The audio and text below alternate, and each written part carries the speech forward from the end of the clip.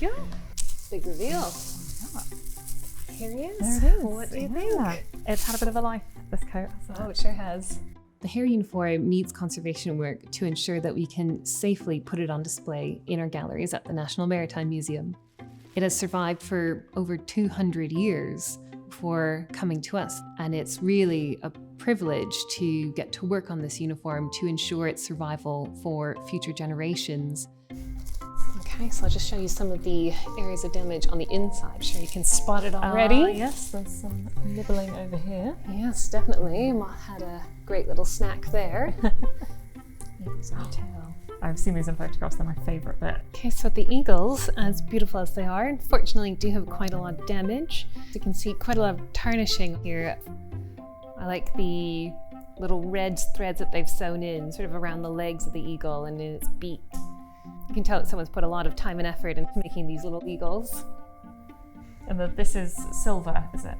It is lace. silver, yeah, silver lace. Yeah, quite a lot of damage on that as well. Actually, all those white flecks, especially here and here, are actually where the silver has been lost. I think this is what I'm most interested with, the lining on the sleeves.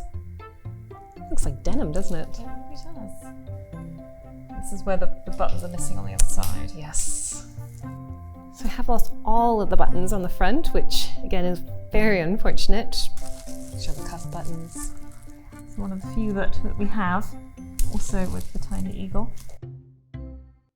So Charles Hare's uniform is made up of a coat, a shako, which is a tall cylindrical military hat, a magnificent plume of feathers, which is inserted into the front of the shako, a chin strap, which was attached to the shako but unfortunately is now detached, and a crossbelt plate. I'd seen a lot of pictures of the uniform before it arrived here at the museum, but nothing compares to seeing it in person and seeing it for the first time. I had to keep, sort of reminding myself that all these details told the story of 200 years of history, not just of Hare's escape. What does it tell us about the craftsman who made this uniform, about the customs officer who wore it day in, day out before Hare used it in his escape? And what does it tell us about how Hare's family treasured and looked after this item?